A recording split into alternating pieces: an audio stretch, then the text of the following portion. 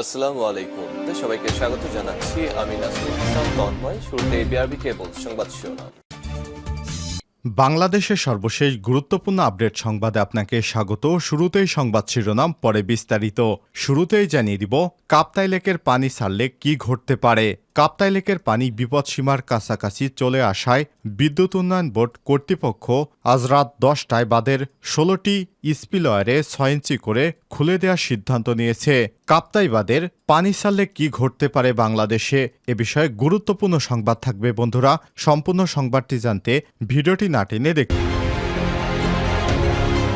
থাকুন।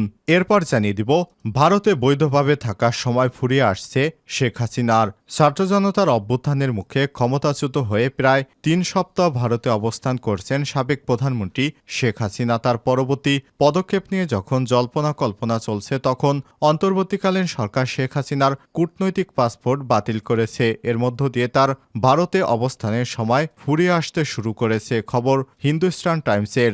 এরপর শেখ হাসিনা কি করবে, এ বিষয়ে গুরুত্বপূর্ণ সংবাদ থাকবে জানাবো, ভিডিওটি না টেনে দেখতে থাকুন। এদিকে শেখ হাসিনাকে নিয়ে মুখ খুলেন এবার সাবেক প্রধান বিচারপতি এস কে সিনহা। বাংলাদেশের সাবেক বিচারপতি সুরেন্দ্র কুমার এস কে সিনহা তার দেশত্যাগের কারণ হিসেবে চাঞ্চল্যকর তথ্য জানিয়েছেন। তাকে কিভাবে দেশ ছাড়তে বাধ্য করেছিল হাসিনা এবং সে সময় কি কি ঘটেছিল, তার সঙ্গে এসব বিষয় ফাঁস করেছেন এই বিচারপতি। এই গুরুত্বপূর্ণ সংবাদ জানাবো, সঙ্গেই থাকুন। এদিকে বার্নিকাটের উপর হামলার আসামি সাবেক এমপি সাদেক খান গ্রেপ্তার। সাবেক মার্কিন রাষ্ট্রদূত মার্শা বার্নিকাটের উপর হামলার অন্যতম আসামি ঢাকা 13 আসনের সাবেক সংসদ সদস্য সাদেক খানকে গ্রেপ্তার করেছে পুলিশ। এদিকে মানিককে কারাগারে পাঠানোর নির্দেশ দিল আদালত। শেখ হাসিনা ক্ষমতায় থাকাকালীন শেখ হাসিনার একজন ঘনিষ্ঠ ছিলেন এই বিচারপতি মানিক। শেখ হাসিনার ইশারায় অনেককেই তিনি সাজা দিয়েছেন, যেমন দেলোয়ার হোসেন সাঈদীকে সাজা দিয়েছিলেন ফাঁসির রায় এই বিচারপতি মানিক। অন্যান্য 6 জন বিচারপতি, যেখানে দেলোয়ার হোসেন সাঈদীকে যাবজ্জীবন কারাদণ্ড দিতে চেয়েছিলেন, কিন্তু বিচারপতি মানিকের নির্দেশে দেলোয়ার হোসেন সাঈদীকে ফাঁসির আদেশ দেওয়া হয়েছিল। এই মানিক গতকাল বিজিবির হাতে ধরা পড়েছে। ভারতে পালিয়ে যাওয়ার সময় তিনি সিলেট অঞ্চল থেকে বিজিবির কাছে গ্রেপ্তার হয়েছেন। বিজিবির পক্ষ থেকে বিচারপতি মানিকের নামে মামলা করা হয়েছে, আর মানিককে কারাগারে পাঠানোর আদেশ দিয়েছে আদালত। এবং সর্বশেষ জানিয়ে দেব কি করতে চান, জনগণের সামনে দ্রুত উপস্থাপন করুন প্রধান উপদেষ্টাকে মির্জা ফখরুল। ছাত্র জনতার অভ্যুত্থানের মুখে শেখ হাসিনা বাংলাদেশ থেকে ভারতে পালিয়ে আশ্রয় নিয়েছে। এরপর দায়িত্ব নিয়েছে অন্তর্বর্তীকালীন সরকার, যার নেতৃত্ব দিচ্ছেন নোবেল বিজয়ী অর্থনীতিবিদ অধ্যাপক ডক্টর মোহাম্মদ ইউনূস। দায়িত্ব নেওয়ার পর অন্তর্বর্তী সরকারের পক্ষ থেকে বলা হচ্ছে সংস্কার শেষে নির্বাচনের আয়োজন করা হবে। নির্বাচন নিয়ে শনিবার রাজধানীতে এক আলোচনার সভায় এসব কথা বলেছেন বিএনপির মহাসচিব মির্জা ফখরুল ইসলাম। মির্জা ফখরুল বলেন, আমরা দেখতে চাই প্রধান উপদেষ্টা কি করতে চান সেটা জনগণের সামনে অতি দ্রুত উপস্থাপন করেন। তিনি একটা রোডম্যাপের মাধ্যমে একটা অতি দ্রুত নির্বাচনের ব্যবস্থা করবেন আমরা আশা করছি। এ সময় তিনি বলেন, আমি নির্বাচনের উপর অনেক জোর দিতে চাই। রাষ্ট্র সংস্কারের ব্যাপারে নির্বাচন খুবই গুরুত্বপূর্ণ। একটা নির্বাচিত পার্লামেন্টের মাধ্যমে দেশের সংস্কার করতে হবে, এর কোনো বিকল্প নেই। কয়েকজন ব্যক্তি একটা সংস্কার করে দিবেন এটা আমি বিশ্বাস করি না। জনগণের অংশগ্রহণের মাধ্যমে এই সংস্কার করতে হবে। অন্তর্বর্তীকালীন সরকারের দায়িত্বে যারা রয়েছেন তারা সবাই যোগ্য ব্যক্তি। প্রিয় দর্শক, এতক্ষণ শুনছিলেন সংবাদ শিরোনাম, এবারে বিস্তারিত। তবে তার আগে বন্ধুরা অনুরোধ থাকবে এই সংবাদটিতে একটি লাইক দিন। এই চ্যানেলে আপনি নতুন হয়ে থাকলে আমাদের সংবাদটি দেখতে দেখতে চ্যানেলটি সাবস্ক্রাইব করে রাখুন। কমেন্ট করে জানিয়ে দিন আপনার মূল্যবান মতামত। জানিয়ে দিন বন্ধুরা, এই সংবাদটি আপনি বিশ্বের কোন দেশ থেকে বা বাংলাদেশের কোন স্থান থেকে দেখছেন এবং শুনছেন। এবারে বিস্তারিত। কাপ্তাই লেকের পানি ছাড়লে কি ঘটতে পারে।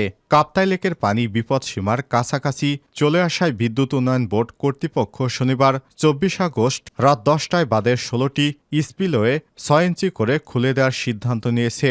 চট্টগ্রাম কলেজের সাবেক শিক্ষক এবং কর্ণফুলী নদী গবেষক ডক্টর ইদ্রিস আলী জানিয়েছেন, এতে আতঙ্কিত হওয়ার কিছু নেই। গণমাধ্যমকে তিনি জানিয়েছেন, কাপ্তাই বাঁধ থেকে যে পরিমাণ অতিরিক্ত পানি নিষ্কাশিত হবে তাতে হালদা নদী সহ কর্ণফুলী নদীতে জোয়ারের স্তর বৃদ্ধি পাবে। এর ফলে কর্ণফুলী নদীর পার্শ্ববর্তী এলাকার কৃষি জমিতে জোয়ারের পানি প্রবেশ করতে পারে। এ সময় তিনি আরও জানান, কাপ্তাই বাঁধ রক্ষার্থে এই পদক্ষেপ নেওয়া হচ্ছে।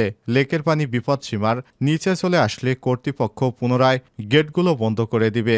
কাপ্তাই জলবিদ্যুৎ কেন্দ্রের ব্যবস্থাপনা এটিএম আব্দুল জাহের এক জরুরি বার্তায় জানিয়েছেন, আজ দুপুর ৩টায় কাপ্তাই লেকের পানি ১০৭.৬৬ ফুট MSL মিন সি লেভেল ছিল। কাপ্তাই লেকের উজান এবং ভাটি এলাকায় বন্যা নিয়ন্ত্রণের জন্য আজ রাত 10টার দিকে লেকের 16টি স্পিলওয়ে 6 ইঞ্চি করে খুলে দেওয়া হবে, যার ফলে প্রতি সেকেন্ডে ৯,০০০ CFS পানি নিষ্কাশিত হবে। এ সময় তিনি আরও জানান, কাপ্তাই জলবিদ্যুৎ কেন্দ্রের 5টি ইউনিট সচল রাখার জন্য প্রতিনিয়ত ৩২,০০০ CFS পানি নিষ্কাশন করা হচ্ছে। ভারতে বৈধভাবে থাকার সময় ফুরিয়ে আসছে শেখ হাসিনার। ছাত্র জনতার অভ্যুত্থানের মুখে ক্ষমতাচ্যুত হয়ে প্রায় ৩ সপ্তাহ ভারতে অবস্থান করছেন সাবেক প্রধানমন্ত্রী শেখ হাসিনা। তার পরবর্তী পদক্ষেপ নিয়ে যখন জল্পনা কল্পনা চলছে, তখন অন্তর্বর্তীকালীন সরকার শেখ হাসিনার কূটনৈতিক পাসপোর্ট বাতিল করেছে। এর মধ্য দিয়ে ভারতে অবস্থানের সময় ফুরিয়ে আসছে শেখ হাসিনার। শেখ হাসিনা তার উপদেষ্টাগণ, মন্ত্রিপরিষদের সাবেক সদস্য এবং তাদের সহধর্মিণী সহ সকল সদস্যের কূটনৈতিক পাসপোর্ট অবিলম্বে বাতিল করা হবে বলে জানিয়েছে স্বরাষ্ট্র মন্ত্রণালয়ের সুরক্ষা সেবা বিভাগ। কমপক্ষে 2টি তদন্তকারী সংস্থার ছাড়পত্রের পরই সাধারণ পাসপোর্ট জারি করার সম্ভাবনা রয়েছে এসব ব্যক্তিদের। সরকারি সূত্রের বরাত দিয়ে বাংলাদেশের একটি সংবাদ মাধ্যমের প্রতিবেদনে বলা হয়েছে, বর্তমানে বাতিল হওয়া কূটনৈতিক পাসপোর্ট ছাড়া শেখ হাসিনা আর কোনো পাসপোর্ট নেই। হিন্দুস্তান টাইমসের প্রতিবেদনে বলা হয়েছে, ভারতীয় ভিসানীতির আওতায় কূটনৈতিক বা অফিসিয়াল পাসপোর্টধারী বাংলাদেশি নাগরিকেরা দেশটির ভিসামুক্ত প্রবেশ করতে পারবেন এবং ৪৫ দিন পর্যন্ত অবস্থান করতে পারবেন। শনিবার ২৪ আগস্ট পর্যন্ত শেখ হাসিনা ভারতে কাটিয়েছেন ২০ দিন। ঘড়ির কাঁটা বলছে দেশটি তার বৈধভাবে অবস্থানের সময় ফুরিয়ে আসছে। শেখ হাসিনাকে নিয়ে এবার মুখ খুললেন সাবেক প্রধান বিচারপতি এসকে সিনহা। সম্প্রতি ভিডিও কলের মাধ্যমে বিদেশ থেকে একটি সংবাদ মাধ্যমকে দেয়া সাক্ষাৎকারের সময় এসকে সিনহা শেখ হাসিনার বিভিন্ন কুকীর্তি ফাঁস করেন। সাবেক প্রধান বিচারপতি সুরেন্দ্র কুমার এসকে সিনহা তার দেশ ত্যাগের কারণ হিসেবে চাঞ্চল্যকর তথ্য জানিয়েছেন। তাকে কিভাবে দেশ ছাড়তে বাধ্য করেছিল শেখ হাসিনা, সে সময় কি কি ঘটেছিল তার সঙ্গে এসব বিষয় ফাঁস করেছেন সাবেক এই বিচারপতি। ছাত্রলীগ নেত্রী থেকে ডিসি কর্মকর্তা কর্মচারীদের মানুষই মনে করে না রেহানা। এসকে সিনহা জানান, 7 বছর আগে জোর করে তাকে দেশ ছাড়তে বাধ্য করেছিল শেখ হাসিনা। শেখ হাসিনা তাকে প্রচণ্ড চাপের মধ্যে রেখেছিলেন এবং ডিজিএফ এর সদস্যদের মাধ্যমে তাকে দেশ থেকে বাধ্য করেছিলেন। তিনি বলেন, তার অর্থাৎ শেখ হাসিনার নির্দেশে এবং হস্তক্ষেপ উপেক্ষা করে তিনি বিচার বিভাগের স্বাধীনতার জন্য লড়াই করেছেন বলেই তাকে দেশ ছাড়তে বাধ্য করা হয়েছিল। বিচারপতি সিনহা নির্বাহী বিভাগের পরিবর্তে নিম্ন আদালতে নিয়ন্ত্রণে বিচারকদের ক্ষমতা সুপ্রিম কোর্টের হাতে রেখে শৃঙ্খলা বিধিমালা প্রণয়নের জন্য আইন মন্ত্রণালয়কে নির্দেশ দেন এবং 2017 সালে জুলাই মাসে 16 সংশোধনী সুপ্রিম কোর্টের বিচারক অপসারণ মামলা রায় সরকারের অনুকূলে দিতে অস্বীকৃতি জানানোর পর দ্বন্দ্ব চরমে পৌঁছায়। এ সময় তিনি বলেন, বাংলাদেশে আমার শেষ দিনগুলো ছিল খুবই ভয়ঙ্কর, যা ভাষায় প্রকাশ করার মতো নয়, এটা কেবল উপলব্ধি করা যায়। এ সময় তিনি বলেন, আমি প্রধান বিচারপতি ছিলাম, তাই আমাকেই গৃহবন্দী করে রাখা হয়েছিল। কারোর সঙ্গে যোগাযোগ করতে দেয়া হয়নি। বাড়ির আশপাশে নিরাপত্তা বাহিনী গোয়েন্দারা পাহারা বসায়। আমার একজন স্টাফ বাসায় ঢুকে গেলে তাকে পেটানো হয়। ডিজিএফআই এর তৎকালীন প্রধান সাইফুল আবেদিন মধ্যরাতে আমাকে বিরক্ত করতেন এবং পদত্যাগ করে দেশ ছাড়ার জন্য চাপ দিতেন। 2017 সালের 3 জুলাই তৎকালীন প্রধান বিচারপতি এসকে সিনহার নেতৃত্বাধীন আপিল বেঞ্চ রায় সংবিধানের 16 সংশোধনী বাতিল করে রায় দেয়। এর ফলে সুপ্রিম কোর্টের বিচারকদের অসদাচরণ তদন্ত এবং অপসারণের সুপারিশ করার ক্ষমতা সুপ্রিম জুডিশিয়াল কাউন্সিলের হাতেই ফিরে আসে। বিচারপতি সিনহা বলেন, আগের রাতে 2 জুলাই তৎকালীন রাষ্ট্রপতি আব্দুল হামিদ তাকে অর্থাৎ প্রধানমন্ত্রী শেখ হাসিনা বর্তমানে পুলিশ হেফাজতে থাকা আনিসুল হক এবং অ্যাটর্নি জেনারেল মাহবুবে আলমের বর্তমান মৃত এর সঙ্গে বৈঠকের জন্য বঙ্গভবনে ডেকে পাঠান। এ সময় তিনি বলেন, বৈঠকে শেখ হাসিনা তাকে পরদিন ৩ জুলাই সরকারের পক্ষ থেকে রায় দিতে বললেও তিনি বিচার বিভাগের স্বাধীনতার স্বার্থে তা প্রত্যাখ্যান করেন। এক পর্যায়ে প্রধানমন্ত্রীর সঙ্গে বাকবিতণ্ডা চরমে ওঠে তার এবং আমি তাকে বলেছিলাম যে আমি এখনই পদত্যাগ করব। তখন তিনি আমাকে পদত্যাগ না করার অনুরোধ করেন এবং বলেছিলেন আমি পদত্যাগ করলে জনগণ এটা খুব খারাপভাবে নেবে।